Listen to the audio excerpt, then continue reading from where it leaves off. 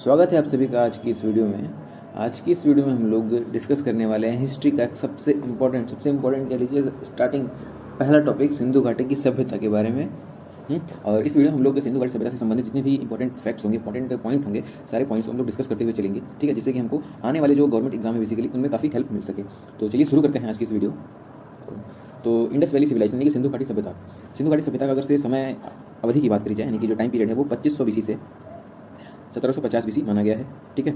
ये इसका समय है यानी टाइम पीरियड है कि 2500 BC से और 1750 BC के बीच में जो समय था वो सिंधु घाटी सभ्यता का, ठीक। और सिंधु घाटी सभ्यता की खोजकर्ता के बारे में बात करी जाए, किसने ढूंढा था इसको, किसने खोज की थी, तो 1921 AD में इनकी ईस्वी में जॉन मार्शल की अध्यक्षता में दयाराम साहनी ने खोजा था इसको, सिंधु घाटी सभ्यता। किसकी अध्यक्षता में? जॉन मार्शल की, ठीक। और जॉन मार्शल ने सिंधु घाटी सभ्यता का नामकरण किया था, ठीक। नामकरण किसने किया था? जॉन मार्शल ने किया था। खोजा किसने था? दयाराम साहनी ने 1921 में खोजा था, ठीक है। और सिंधु घाटी सभ्यता जो है इसका एक और नाम भी है। क्या नाम है इसका? हड़प्पा की सभ्यता, ठीक। और यही हड़प्पा जिसको दयाराम साहनी ने 1921 में खोजा गया था, ये कह लीजिए कि 1921 में सबसे पहली बार हड़प्पा नगर खोजा गया था। सिंधु घाटी सभ्यता में जो हड़प्पा नगर है वो सबसे पहले खोजा गया था, जिस वजह से सिंधु घाटी सभ्यता को हड़प्पा की सभ्यता के नाम से भी जाना जाता है। हड़प्पा की सभ्यता इसलिए जाना जाता है क्योंकि हड़प्पा सबसे पहले खोजा गया था, ठीक है, और इसीलिए इसको हड़प्पा की सभ्यता कहते हैं, ठीक। और सिंधु घाटी सभ्यता की समकालीन सभ्यता कुछ थी।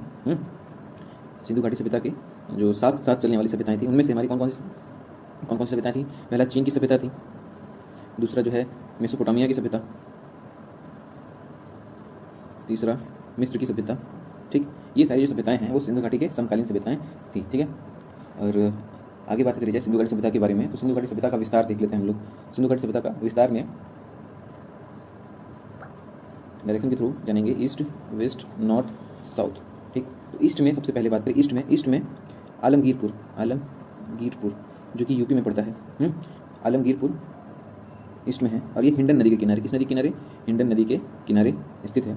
और वेस्ट में बात करी जाए, वेस्ट में है सुतकांगे डोर, ये कहाँ पड़ता है? ये पाकिस्तान में पड़ता है, ये पाकिस्तान में। और ये किस नदी के किनारे है? ये है दास नदी के किनारे, है सुतकांगे डोर। और नॉर्थ में बात करी जाए यानी कि उत्तर में तो मांडा पड़ता है, मांडा जो कि चिनाब नदी के किनारे, ये भी कहाँ पे है? इसका वर्तमान लोकेशन क्या है? लद्दाख, वर्तमान में लद्दाख में है ये, ठीक है। पेन का थोड़ा सा इशू चल रहा है। लद्दाख में स्थित है कौन? मांडा जिला, ठीक। और यही दक्षिण में बात करी जाए तो दक्षिण में है दैमाबाद, ये वर्तमान महाराष्ट्र में स्थित है। वर्तमान का अगर से भी लोकेशन बात किया जाए, ठीक है। और ये प्रवरा नदी के किनारे स्थित है, ठीक है। प्रवरा नदी जो है कि गोदावरी की सहायक नदी है, वो उसी नदी के किनारे स्थित है। तो यहाँ पे हम लोग देख सकते हैं ईस्ट में आलमगीरपुर, वेस्ट में सुतकांगे डोर जो कि दास नदी के किनारे है, और उत्तर में मांडा जिला जो कि चिनाब नदी के किनारे है, और दक्षिण में दैमाबाद जो कि प्रवरा नदी के किनारे है, और ये महाराष्ट्र में वर्तमान इसका लोकेशन है। दैमाबाद की बात करिए तो एक इंपॉर्टेंट पॉइंट यहाँ पे ये निकलता है कि सबसे ज़्यादा घनत्व वाला स्थान सिंधु घाटी सभ्यता में कौन सा था? दैमाबाद था, ठीक है। और सुतकांगे डोर में हमारा जो सबसे बड़ा बंदरगाह, सबसे बड़ा डॉकयार्ड कहाँ पे था? सुतकांगे डोर में था, ठीक है। इतनी बातें क्लियर हो रही है। आगे बात करते हैं हम लोग। इसका जो सिंधु घाटी की सभ्यता है वो पूरे 13 लाख वर्ग किलोमीटर में फैली हुई थी। 13 लाख वर्ग किलोमीटर में पूरी की पूरी फैली हुई थी। कैसे? यहाँ सुतकांगे डोर से लेकर के आलमगीरपुर तक का जो डिस्टेंस था, मतलब जो लंबाई थी, वो लगभग 1500 किलोमीटर की थी। और इस तरीके से लॉन्गिट्यूड में बात करी जाए तो 1200 किलोमीटर की, ठीक है। तो ये इसका जो पूरा हमारा जो एरिया था सिंधु घाटी सभ्यता का पूरा एरिया की बात करी जाए तो 12,99,000 लगभग की बात करिए, या फिर लगभग ऐसे कह सकते हैं 13 लाख वर्ग किलोमीटर के क्षेत्रफल में ये फैला था, ठीक है। 13 लाख वर्ग किलोमीटर के क्षेत्रफल में सिंधु घाटी सभ्यता फैली हुई थी। अच्छा, अब आगे बात करते हैं हम लोग सिंधु घाटी सभ्यता में व्यवस्था कैसी थी, ठीक है। व्यवस्था कैसी थी सिंधु घाटी सभ्यता में, उस पर बात करते हैं। तो सिंधु घाटी सभ्यता जो है वो 2 टीलों में विभाजित थी। पहला जो पश्चिमी टीला और दूसरा जो है पूर्वी टीला। पश्चिमी टीला जो है वो उच्च वर्ग के लिए था। पश्चिमी टीला जो है वो किसके लिए था भैया? पश्चिमी टीला था उच्च वर्ग के लिए, और जो पूर्वी टीला है वो निम्न वर्ग के लिए था, ठीक। उच्च वर्ग का मतलब जो पश्चिमी टीले की ओर राजा रहते थे, पुरोहित रहते थे, और पूर्वी टीला यानी कि जो निम्न वर्ग के लिए था वहाँ पे मजदूर, किसान, ये सब रहते थे, ठीक है। तो सिंधु घाटी सभ्यता में 2 टीलों की व्यवस्था थी, लेकिन एकमात्र ऐसा स्थान था सिंधु घाटी सभ्यता में जहाँ पे 3 टीले के साक्ष्य प्राप्त हुए। धौलावीरा को 3 टीलों में विभाजित किया गया था। अब 3 टीलों में कौन कौन सा था? पहला तो हमारा पश्चिमी ही था। पश्चिमी का मतलब जहाँ पे राजा पुरोहित लोग रहते थे, उच्च वर्ग के लोग, और दूसरा पूर्वी टीला, पूर्वी टीला में हमारे वही जो निम्न वर्ग के लोग रहते थे, और एक था मध्य टीला। मध्य टीला में कौन रहते थे भैया? रक्षक लोग रहते थे। रक्षक लोग के लिए मध्य टीला बनाया गया। ठीक है, तो ये धौलावीरा हमको याद रखना है। वैसे तो देखा जाए सिंधु घाटी सभ्यता में 2 टीलों के साक्ष्य मिलते हैं सभी जगह पे, लेकिन धौलावीरा एकमात्र ऐसा स्थान है जहाँ पर 3 टीलों की व्यवस्था देखी गई। सिंधु घाटी सभ्यता की लिपि के बारे में बात करी जाए, लिपि कैसी थी भैया? इनकी लिपि थी जो यहाँ पर भाव चित्रात्मक, कैसी लिपि थी? भाव चित्रात्मक लिपि, भाव चित्रात्मक लिपि थी, भाव चित्रात्मक लिपि थी। और ये क्या करते थे? दाएं से बाएं, यानी कि इस तरफ से दाएं से बाएं लिखा जाता था। ठीक है, और भाव चित्रात्मक लिपि दाएं से बाएं लिखा जाता था। काफ़ी इजी सा पॉइंट याद कर लेंगे। और सिंधु घाटी की सभ्यता जो थी वो मातृसत्तात्मक सभ्यता थी, यानी वहाँ पर जो महिलाओं या फिर माताओं का कह लीजिए परिवार में ज़्यादा चलता था। एक तरीके से आप लोग समझने को समझ सकते हैं। ठीक है, पितृसत्तात्मक का मतलब जो हमारा घर का प्रमुख होता है वो पिता होता है। उसी तरीके से मातृसत्तात्मक का मतलब घर का जो प्रमुख होगा वो माता या फिर जो महिला होगी वो होंगी। ठीक है, और सिंधु घाटी सभ्यता में ईंट जो है, ईंटों का प्रयोग कैसे हुआ था? ईंटों का प्रयोग, ईंट जो है वो कैसे थे? वो घन आकार के थे। घन आकार के तो होते ही हैं। अब उनका जो रेशियो था वो क्या था? ये जो लंबाई थी वो 4 की थी, चौड़ाई 2 की थी, और जो ऊंचाई रहती है वो 1 की थी। यानी जो रेशियो बता रहा हूँ मैं 1:4। ठीक है, ये लेंथ और ये हो गया हमारा ब्रेथ और ये हाइट। ठीक है, इस तरीके से जो ईंटें थे उनका रेशियो क्या था? 1:4। और ये इंग्लिश बॉन्ड स्टाइल के ईंटें थे। ठीक है, अब आगे बात करी जाए तो पवित्र पशु कौन था? पवित्र पशु की बात करी जाए सिंधु घाटी सभ्यता में तो कुबड़ वाला बैल, फिर वृषभ जिसको कहते हैं वृषभ ही, या श्रृंग युक्त पशु यानी सिंह वाला पशु। कुबड़ वाला बैल, वृषभ और श्रृंग युक्त पशु वहाँ के पवित्र पशु थे। ठीक, आगे बात करी जाए तो आकृति कैसी थी? सिंधु घाटी सभ्यता की आकृति कैसी थी? ये जो सिंधु घाटी सभ्यता थी वो त्रिभुजाकार क्षेत्रफल में फैला हुआ था। कैसे? वो त्रिभुजाकार क्षेत्रफल में फैला हुआ था। और व्यवसाय की बात करी जाए तो प्रमुख व्यवसाय क्या था? यहाँ पर कृषि था, और कृषि के साथ साथ व्यापार भी यहाँ का प्रमुख व्यवसाय था। लेकिन आजीविका का साधन क्या था? यहाँ पे आजीविका का साधन व्यापार था। यानी कि अगर से पूछ ले कि सिंधु घाटी सभ्यता में प्रमुख व्यवसाय क्या था, और ऑप्शन में कृषि दिया रहे, व्यापार भी दिया रहे, तो हम लोग व्यापार पे टिक करेंगे। ठीक है, और व्यापार किससे करते थे? ये अरब देशों से व्यापार करते थे। ठीक है, अरब से व्यापार करते थे। ठीक है, इतनी बातें क्लियर हैं। और उस समय पे सिंधु घाटी सभ्यता में कितने वर्ग, यानी जो लोग हैं उनको 4 वर्गों में विभाजित किया गया था। पहला विद्वान, दूसरा योद्धा, तीसरा जो है व्यापारी, और चौथा जो है वो श्रमिक। 4 वर्गों में विभाजित किया गया था। किसको? सिंधु घाटी सभ्यता को, के लोगों को, विद्वान, व्यापारी, योद्धा और श्रमिक। ठीक है, आगे बात करते हैं सिंधु घाटी सभ्यता के स्थल के बारे में। सिंधु घाटी सभ्यता के स्थल काफ़ी इंपॉर्टेंट हैं। तो सिंधु घाटी सभ्यता के स्थलों के बारे में चर्चा करते हैं। तो सबसे पहले हम लोग हड़प्पा के बारे में ही बात करेंगे। पहला हमारा हड़प्पा ही रहेगा। हड़प्पा की बात करें तो 1921 में खोजा गया था। और ये कहाँ पर इसका? ये अभी कहाँ पे है? पाकिस्तान में है। अभी ये पाकिस्तान में है। और ये किस नदी के किनारे? रावी नदी के किनारे बसा है। ठीक है, खोज किसने की थी? दयाराम साहनी ने खोज की थी। दूसरा मोहनजोदड़ो की बात करें तो मोहनजोदड़ो जो है वो 1922 में खोजा गया, और ये भी पाकिस्तान में स्थित है। ठीक है, पाकिस्तान में ये भी है, लिख दे रहा हूँ यहाँ पे। ठीक, और ये किस नदी के किनारे है? ये सिंधु नदी के किनारे है। ये सिंधु नदी के किनारे है। अब इसकी खोज किसने करी थी? इसकी खोज तो दयाराम साहनी ने की थी। दयाराम साहनी ने की थी। इसकी खोज किसने की थी? राखल दास बनर्जी ने की थी। ठीक है, लिखने की जरूरत मेरे ख्याल से नहीं होनी चाहिए। राखल दास बनर्जी ने इसकी खोज की थी। किसकी अध्यक्षता में की थी भैया? दोनों ने जॉन मार्शल की अध्यक्षता में हड़प्पा और मोहनजोदड़ो की खोज करी थी। तीसरा चौहंदड़ो की बात कर लेते हैं। चौहंदड़ो की खोज 1931 में हुई, और ये भी पाकिस्तान में स्थित है। ये भी पाकिस्तान में स्थित है, और ये भी सिंधु नदी के किनारे ही बसा है। सिंधु नदी के किनारे ही बसा है।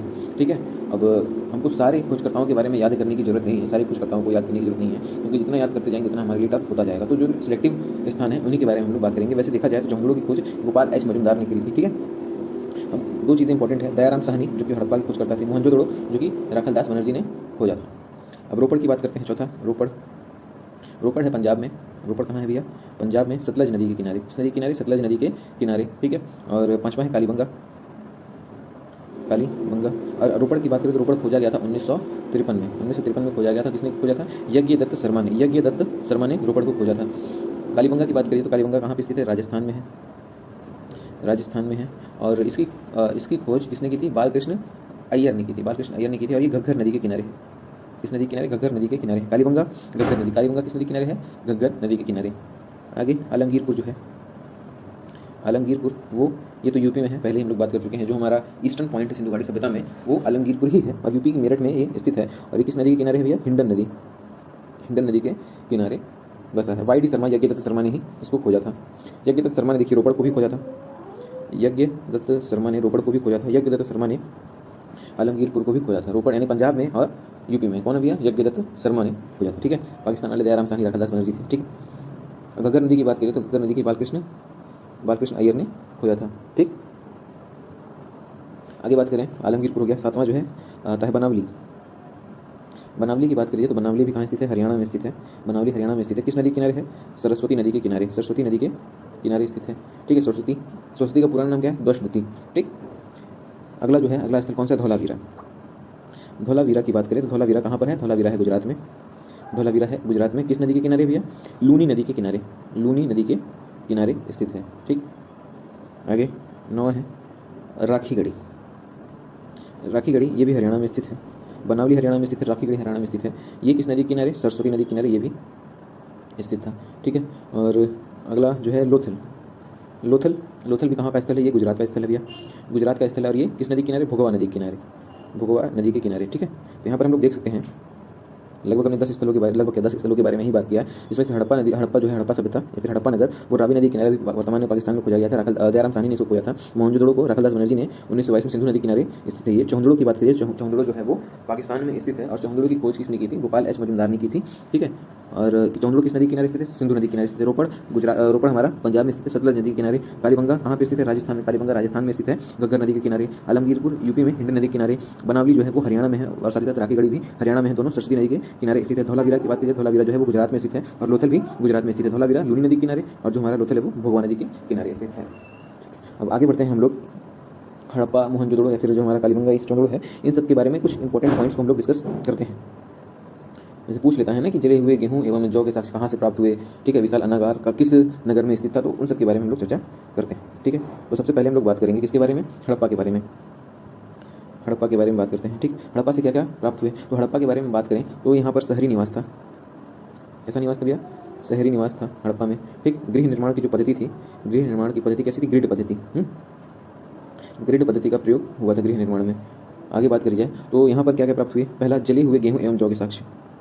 जले हुए गेहूं एवं जौ के साक्ष्य प्राप्त होते हैं। और यहाँ पे मुद्रा बनाने में सेल खड़ी का प्रयोग किया जाता था। सेल खड़ी का प्रयोग किया जाता था किसमें? हड़प्पा की सभ्यता में सेल खड़ी का प्रयोग मुद्रा बनाने के लिए प्रयोग किया जाता था। ठीक है, और जैसा कि मैंने बताया सारी सभ्यताएं 2 टीलों में विभाजित थी, केवल धौलावीरा को छोड़ करके। पश्चिमी टीला और पूर्वी टीला। तो इसमें जो पश्चिमी टीला था, पश्चिमी टीला, वहाँ पर क्या देखी गई थी? वहाँ पर किस चीज़ के साक्ष्य मिले? रक्षा की दीवार के साक्ष्य कहाँ मिले भैया? वो पश्चिमी टीले में मिले थे। ठीक है, और शवों को दफनाने के साक्ष्य मिलते हैं यहाँ पे। शव को दफनाने के साक्ष्य मिलते हैं। आगे कछुओं की हड्डी के साक्ष्य भी मिलते हैं। कछुए की हड्डी के साक्ष्य मिले हैं यहाँ से। और तांबे की जो इक्का गाड़ी होती है, तांबे की इक्का गाड़ी, उसके भी साक्ष्य मिले हैं। इक्का गाड़ी के भी साक्ष्य मिले हैं। और साथ ही साथ तो कपास की खेती के साक्ष्य भी मिले हैं। ठीक है, और सबसे इम्पॉर्टेंट कह सकते हैं इसको, महिला के गर्भ से निकलता पौधा। महिला के गर्भ से निकलता पौधा, ये भी कहाँ से प्राप्त हुआ? इसके साक्ष्य मोहनजोदड़ो से प्राप्त हुए। निकलता पौधा का चित्र भैया, निकलता पौधे का चित्र, निकलता पौधा नहीं प्राप्त हुआ है, निकलते पौधे का चित्र प्राप्त हुआ है। ठीक है, इतनी बातें क्लियर है। और इसके साथ ही साथ जो मोहर का प्रयोग होता था उसमें बैल के चित्र थे। और यहाँ पर चांदी की उपलब्धता के प्राचीनतम साक्ष्य मिले हैं हड़प्पा से ही। ठीक है, और इसमें हाथी, गैंडा, बाघ, इन सब के साक्ष्य मिलते हैं, लेकिन शेर का साक्ष्य नहीं मिलता। ये हम लोग याद रखेंगे। जो शेर है, शेर का साक्ष्य सिंधु घाटी सभ्यता में नहीं प्राप्त हुआ है। ठीक है, तो हड़प्पा से संबंधित कुछ पॉइंट्स हैं, स्क्रीनशॉट ले सकते हैं आप लोग। ठीक है, अब आगे बात करेंगे हम लोग मोहनजोदड़ो की सभ्यता के बारे में। ठीक, मोहनजोदड़ो की सभ्यता, मोहनजोदड़ो जो है वहाँ से क्या क्या साक्ष्य मिलते हैं। ठीक है, तो मोहनजोदड़ो का पहले मतलब क्या होता है? मोहनजोदड़ो का मतलब होता है मृतकों का टीला, मृतकों का टीला। ठीक है, सिंधी भाषा का शब्द है मोहनजोदड़ो। इसका हिंदी में अर्थ क्या है? मृतकों का टीला। इसको सिंध का बाग भी कहा जाता है। क्या? सिंध का बाग भी किसको कहा जाता है? हमारा सिंधु घाटी सभ्यता को ही कहा जाता है। और ये हड़प्पा की जुड़वा राजधानी कहते हैं इसको, हड़प्पा की जुड़वा राजधानी। हड़प्पा भी राजधानी है सिंधु घाटी सभ्यता की।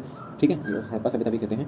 और हड़प्पा यानी सिंधु घाटी सभ्यता की एक और राजधानी, ये जुड़वा राजधानी कह सकते हैं मोहनजोदड़ो को। ठीक है, जुड़वा राजधानी है किस? हड़प्पा तो राजधानी है ही, राजधानी क्या हड़प्पा, जुड़वा राजधानी क्या है? मोहनजोदड़ो। ठीक है, आगे जो विशाल अन्नागार है, विशाल अन्नागार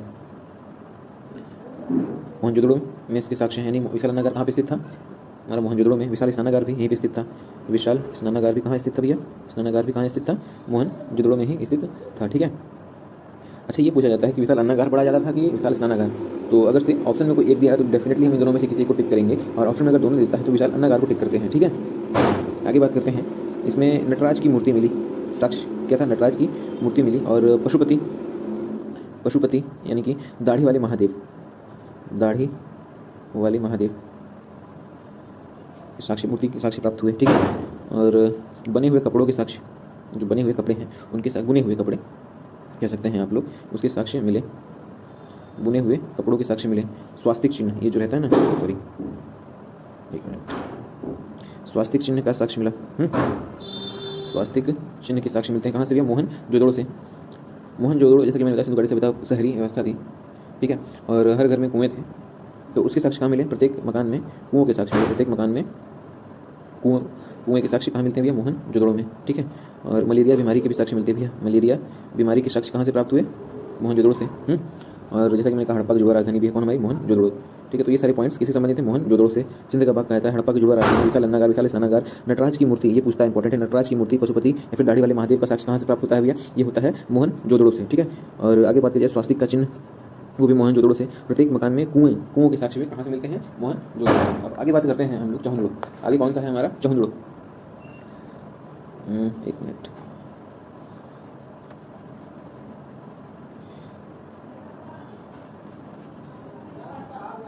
अगली नगर कौन सी हमारी, चौहंदड़ो।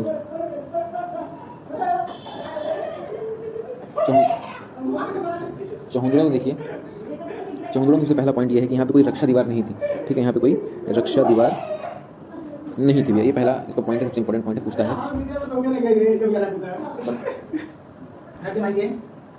सिंधु घाटी सभ्यता की बात करिए तो सिंधु घाटी सभ्यता, सॉरी चौहंदड़ो की बात करते हैं तो ये सिंधु घाटी सभ्यता का एक औद्योगिक नगर था, ठीक है।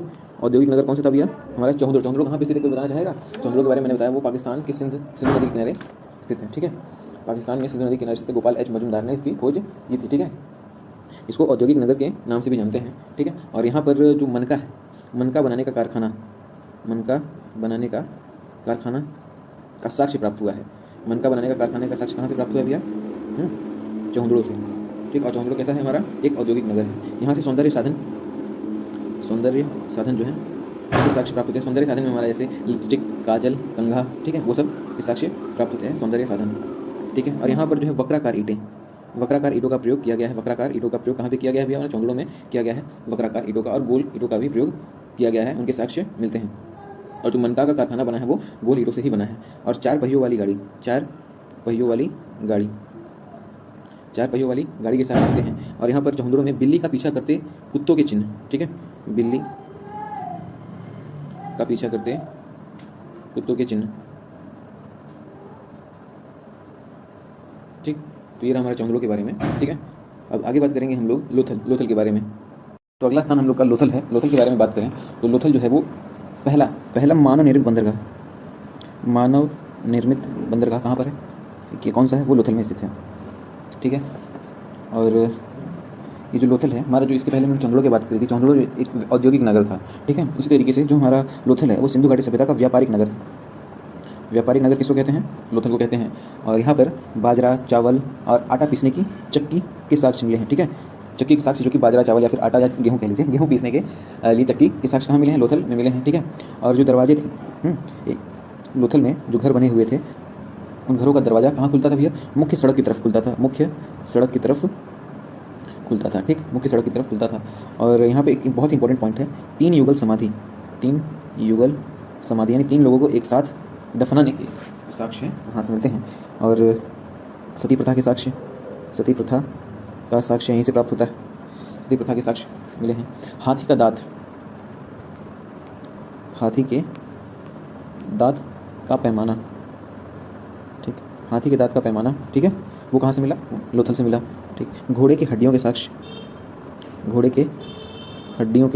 मिले हैं, ठीक है, घोड़े की हड्डियों के साक्ष्य मिले हैं। और जो घोड़े की हड्डियों के साक्ष्य लोथल के साथ साथ सुरकोटदा में भी मिले हैं, ठीक, ये बात भी हम लोग याद रखेंगे, सुरकोटदा में भी मिले हैं। और यहाँ पे शतरंज खेल का साक्ष्य प्राप्त हुआ है। मम्मी का मॉडल वो भी यहाँ से प्राप्त हुआ है, ठीक। किसकी बात हो रही है यहाँ पे, लोथल की। तो लोथल जो है मानव निर्मित बंदरगाह है, व्यापारिक नगर कहते हैं इसको। चक्की के साक्ष्य मिले हैं, दरवाजा मुख्य सड़क की ओर खुलता है, 3 युगल समाधि, सती प्रथा के साक्ष्य, हाथी के दांत से बना पैमाना, उसके साक्ष्य मिलते हैं। और घोड़े की हड्डियों के साक्ष्य मिलते हैं। मम्मी का मॉडल मिलता है, शतरंज खेल का साक्ष्य भी प्राप्त हुआ है यहीं से, ठीक है। अब आगे बात करते हैं, आगे हमारा कालीबंगन कालीबंगन नगर के बारे में बात करें तो कालीबंगन नगर जो है एक दीनहीन बस्ती थी। कैसी बस्ती थी? ये गरीब बस्ती थी, दीनहीन बस्ती कह सकते हैं इसको हम लोग। अच्छा, कालीबंगन स्थित कहाँ पे थी भैया? कालीबंगन जो स्थित थी वो राजस्थान में घग्गर नदी के किनारे स्थित थी। और लोथल जो हमारा, लोथल कहाँ पे स्थित था? लोथल जो है वो गुजरात में भोगवा नदी के किनारे स्थित था। ठीक है, कालीबंगन हमारी एक दीनहीन बस्ती है। यहाँ से क्या किस चीज़ के साक्ष्य मिलते हैं? जुते हुए खेत के साक्ष्य, जुते हुए खेत के साक्ष्य प्राप्त होते हैं। ठीक, जुते हुए खेत के साक्ष्य प्राप्त होते हैं, जिसमें से चना और सरसों प्रमुख हैं। जली हुई पकी हुई चूड़ियाँ, जली पकी चूड़ियों के साक्ष्य मिलते हैं। ठीक है, सौंदर्य प्रसाधन कहाँ पे? चौंधड़ो। और जली हुई पकी हुई चूड़ियाँ कहाँ पे? कालीबंगा। कालीबंगन का मतलब होता है, कालीबंगन का मतलब होता है चूड़ियाँ, यानी काली चूड़ियाँ। ठीक है, लकड़ी का हल, लकड़ी का हल, ठीक, लकड़ी के हल के साक्ष्य। ठीक है, और एक मिट्टी का हल के साक्ष्य भी प्राप्त हुए हैं। मिट्टी का हल, लेकिन ये मिट्टी का हल जो है वो कहाँ से प्राप्त हुआ है? बनावली से। और लकड़ी का हल कालीबंगा से। ठीक है, ये बात हम लोग को याद रखनी है कि मिट्टी का हल बनावली से प्राप्त हुआ है और लकड़ी का हल कहाँ से? कालीबंगन से।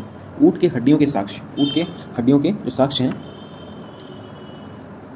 ऊँट के हड्डियों के साक्ष्य कहाँ से प्राप्त हुए हैं? वो हमारा कालीबंगन से। और सबसे इंपॉर्टेंट जो कि बार बार पूछा जाता है, अगर से कालीबंगन से कोई क्वेश्चन बनता है तो सबसे ज़्यादा प्रायोरिटी किसकी होती है? 7 हवन कुंड। 7 हवन कुंड के साक्ष्य कहाँ से मिले हैं? 7 हवन कुंड के साक्ष्य मिले हैं कहाँ से? कालीबंगन से। ठीक है, तो ये इतने इंपॉर्टेंट पॉइंट्स यहाँ पे कालीबंगन से। कालीबंगन को दीनहीन बस्ती कहा जाता है। जुते हुए खेत के साक्ष्य यहाँ मिलते हैं। अच्छा, जुते हुए खेत के साक्ष्य कालीबंगन में मिलते हैं। एक और मैंने बताया था, जले हुए गेहूँ एवं जौ के साक्ष्य कहाँ से मिलते हैं? वो मिलते हैं जले हुए गेहूँ और जौ के साक्ष्य हड़प्पा से। ठीक है, और जली हुई चूड़ियाँ कहाँ से मिलते हैं भैया? जली हुई चूड़ियाँ, पकी हुई चूड़ियाँ, वो भी कालीबंगन से ही प्राप्त होते हैं। लकड़ी का हल है, ऊँट की हड्डियाँ, 7 हवन कुंड, इसमें सबसे इंपॉर्टेंट हमारा 7 हवन कुंड के साक्ष्य ही है। ठीक, आगे हम लोग बात करेंगे धौलावीरा। आगे कौन सा है? आगे है धौलावीरा। धौलावीरा के बारे में बात करेंगे। धौलावीरा जो है, धौलावीरा से क्या? तो ये पहले मैं बता चुका हूँ कि धौलावीरा 3 टीलों में विभाजित था, पश्चिमी टीला, मध्य टीला और पूर्वी टीला। पश्चिमी टीला में राजा पुरोहित रहते थे, मध्य टीला में जो रक्षक थे वो उनका निवास स्थान था, पूर्वी टीला में श्रमिक यानी कि जो निम्न वर्ग के लोग थे वो हमारा पूर्वी टीले में रहते थे। ठीक है, अच्छा, धौलावीरा जो किस लिए? धौलावीरा जल प्रबंधन के लिए, जल प्रबंधन के क्षेत्र में काफ़ी निपुण था, कह सकते हो आप लोग। ठीक है, क्यों? क्योंकि यहाँ पे जल निकासी का प्रबंध अच्छा था। जल निकासी का प्रबंध यानी जो नालियाँ थी काफ़ी अच्छी थी। जलकुंड के साक्ष्य मिले हैं, जलकुंड के साक्ष्य मिले हैं। सुनामी तक के साक्ष्य मिले हैं, यहाँ पर सुनामी के साक्ष्य भी मिले हैं। ठीक है, और स्टेडियम के साक्ष्य मिले हैं।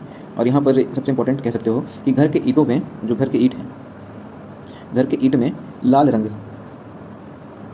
घर के ईंट में लाल रंग का प्रयोग, ठीक है, वो कहाँ पे देखा गया है? वो हमारा धौलावीरा में देखा गया है। ठीक है, और धौलावीरा में ही शव के साथ कुत्तों को दफनाया गया, शव के साथ कुत्तों को दफनाने के साक्ष्य मिले हैं। ठीक, इतनी बातें याद रहेंगी। क्या क्या है इसमें? धौलावीरा में, धौलावीरा जो है जल प्रबंधन के लिए, जल प्रबंधन के लिए काफ़ी जाना जाता है, जिसमें जल निकासी, जल कुंड, सुनामी तक के साक्ष्य मिले हैं, स्टेडियम के साक्ष्य मिले हैं, और घर में जो ईंट थी उसमें लाल रंग का प्रयोग किया गया था। ठीक है, और यहाँ पर शव के साथ कुत्तों को दफनाने के साक्ष्य भी मिले हैं।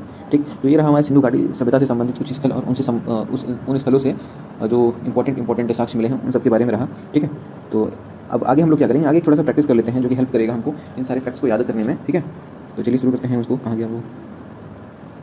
ये रहा। ठीक, प्रैक्टिस कर लेते हैं। सबसे पहला क्वेश्चन हमारा क्या है? हाँ, मुद्रा बनाने के लिए सेल खड़ी का प्रयोग, मुद्रा बनाने के लिए शेल खड़ी का प्रयोग कहाँ से? ये हमारा, इसके साक्ष्य हड़प्पा से मिले हैं। ठीक, हड़प्पा से इसके साक्ष्य मिले हैं। हड़प्पा की बात करी जाए, थोड़ा सा जल्दी हम लोग रैपिड रिवीजन की तरह करेंगे। हड़प्पा एक शहरी निवासी, हड़प्पा में शहरी निवासी थे और ग्रिड पद्धति का प्रयोग होता था घर बनाने में। और यहाँ पर हड़प्पा में जले हुए गेहूं के साक्ष्य और जौ के साक्ष्य प्राप्त हुए। मुद्रा में सेलखड़ी का प्रयोग, मुद्रा बनाने के लिए सेलखड़ी का प्रयोग। ठीक है, और हड़प्पा में ही जो पश्चिमी टीला था हमारा, पश्चिमी टीले में रक्षा की दीवार थी। पश्चिमी टीले में क्या थी? रक्षा की दीवार कहाँ पे थी? हड़प्पा में थी। और यहाँ पर शव को दफनाने के साक्ष्य मिले हैं। ठीक है, और साथ ही साथ जो तांबे की इक्का गाड़ी और कपास की खेती के साक्ष्य भी कहाँ से मिले हैं? हड़प्पा से मिले हैं। ठीक है, आगे बात करें, विशाल अन्नागार स्नानागार, ये कहाँ से? ये भैया हमारा मोहनजोदड़ो से। इसके साक्ष्य कहाँ मिले हैं? मोहनजोदड़ो से। दोनों विशाल अन्नागार स्नानागार साक्ष्य कहाँ मिले हैं? मोहनजोदड़ो से। और मोहनजोदड़ो को मृतकों का टीला कहा जाता है। ठीक है, और यहीं पर पशुपति की मूर्ति के साक्ष्य, नटराज की मूर्ति के साक्ष्य, ठीक है, बुने हुए कपड़ों के साक्ष्य भी यहीं से प्राप्त होते हैं। स्वास्तिक चिन्ह जो है हमारा वो भी मोहनजोदड़ो से ही प्राप्त होता है। मलेरिया जो बीमारी है उसके साक्ष्य भी मोहनजोदड़ो से ही प्राप्त होते हैं। अच्छा, अब अगला है शव दफनाने के साक्ष्य। शव दफनाने के साक्ष्य हम पहले बात कर चुके हैं हड़प्पा में।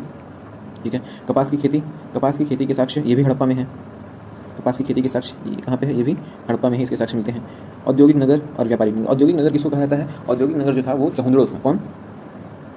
चहुंदड़ो क्या है? एक औद्योगिक नगर था। और व्यापारिक नगर की बात करिए तो लोथल व्यापारिक नगर था। लोथल जो है वो पहला मानव निर्मित बंदरगाह लोथल में बनाया गया। ठीक है, और चहुंदड़ो की बात करी जाए, चहुंदड़ो में जो है कोई रक्षा दीवार नहीं थी, सबसे पहला पॉइंट ये था। और जो सौंदर्य प्रसाधन थे वो चहुंदड़ो में पाए जाते थे, जैसे लिपस्टिक, काजल, कंघा। अच्छा, एक इंपॉर्टेंट पॉइंट यहाँ पे है, कंघा तो औद्योगिक नगर चहुंदड़ो में ही पाया जाता है। ठीक है, और कंघा बनता किससे था? कंघा जो बनता था वो हाथी के दांत से बनता था। हाथी के दांत से कंघा बनाया जाता था, ठीक है। और हाथी के दांत से पैमाना कहाँ किस में बनाया जाता था? हाथी के दांत से जो पैमाना है वो किस में बनाया जाता था हमारा? वो लोथल में ही बनाया जाता था, ठीक है, सॉरी लोथल में बनाया जाता था, ठीक। और चंद्रों में हमारा 4 पहिए वाली गाड़ी उसके साक्ष्य मिले हैं। और बिल्ली का पीछा करते हुए कुत्ता, वो जो चित्र है बिल्ली का पीछा करते हुए कुत्ता जो है उसके भी चित्र के साक्ष्य मिले हैं, ठीक। व्यापारिक नगर लोथल के बारे में बताया मैंने। लोथल लोथल में क्या क्या प्रसिद्ध है? लोथल व्यापारिक नगर है हमारा, ठीक है। यहाँ पर बाजरा चावल जो और आटा पीसने की चक्की के साक्ष्य भी यहीं पे मिले हैं। और साथ ही साथ सती प्रथा के साक्ष्य और 3 युगल समाधि भी यहीं पे प्राप्त होता है, ठीक है। आगे बात करते हैं शव के साथ कुत्ता दफनाने का साक्ष्य। शव के साथ कुत्ते को दफनाने के साक्ष्य कहाँ पे? ये रोपण में। ये याद रखेंगे हम लोग, शव दफनाने के लिए शव के साथ कुत्ते को दफनाने के साक्ष्य कहाँ से मिले हैं? रोपण में मिले हैं। और जुते हुए खेत के साक्ष्य ये भी कहाँ पे हम लोगों ने क्या पढ़ा था? जो जले हुए गेहूं एवं जौ के साक्ष्य वो कहाँ से? वो हड़प्पा से। लेकिन जुते हुए खेत के साक्ष्य कहाँ से मिलते हैं? ये मिलते हैं कालीबंगन से मिलते हैं। कालीबंगन में और क्या कहता है? जुते हुए खेत के साक्ष्य में हमारा चना और सरसों इंपॉर्टेंटली पाया गया था ये जुते हुए खेत में। और जली पकी चूड़ियाँ जो हैं वो भी कालीबंगन से। लकड़ी के हल भी यहीं से पाए गए। मिट्टी का हल बनावली से पाया गया। ऊँट की हड्डियों के साक्ष्य और 7 हवन कुंड, सबसे इंपॉर्टेंट 7 हवन कुंड कालीबंगन से प्राप्त हुआ। अगला क्या है? घर के ईंट में लाल रंग का प्रयोग। वो कहाँ क्या किया गया? वो धौलावीरा में किया गया। अभी हमने जस्ट डिस्कस किया था, लास्ट वाला जो हमारा स्थल था धौलावीरा में जल निकासी का जो यानी जल प्रबंधन की जो व्यवस्था थी काफ़ी अच्छी थी। वहाँ पे जलकुंड के साक्ष्य मिले, सुनामी के साक्ष्य मिले, नालियों के साक्ष्य मिले हैं, स्टेडियम के साक्ष्य मिले हैं, ठीक है। धौलावीरा से ही मिलते हैं। 7 हवन कुंड की बात करिए तो 7 हवन कुंड के साक्ष्य कहाँ मिलते हैं? जैसा कि मैंने अभी बताया कालीबंगन में 7 हवन कुंड के साक्ष्य मिलते हैं। 3 युगल समाधि वो कहाँ पे? लोथल में। कांसे की नर्तकी की मूर्ति शायद मैं बताना भूल गया था। ये मोहनजोदड़ो में, जहाँ पर पशुपति दाढ़ी वाले महादेव और मोहनजोदड़ो में नटराज की मूर्ति, विशाल अन्नागार स्नानागार यहीं से प्राप्त होते हैं सबके साक्ष्य, ठीक है। तो ये सारे हमारे कुछ इंपॉर्टेंट पॉइंट हैं, इनको याद करना काफ़ी ज़रूरी होता है, ठीक है। ये बार बार पूछे जाते हैं एग्जाम्स में, ठीक है। तो आप लोग देख सकते हैं यहाँ तक। अगर से आप लोगों को कोई दिक्कत होती है यहाँ तक इन सब पॉइंट्स से रिलेटेड तो प्लीज़ आप लोग कमेंट कर सकते हैं। और सिंधु घाटी सभ्यता में हम लोग इसके आगे जो हमारा MCQ क्लास रहेगा, यानी जिसमें हम लोग प्रैक्टिस करेंगे बेसिकली, उसमें हम लोग इनसे थोड़ा सा और ज़्यादा डिस्कस करने की कोशिश करेंगे। तो इस वीडियो में इतना ही, मिलते हैं हम लोग अगली वीडियो में। और तब तक के लिए थैंक यू सो मच।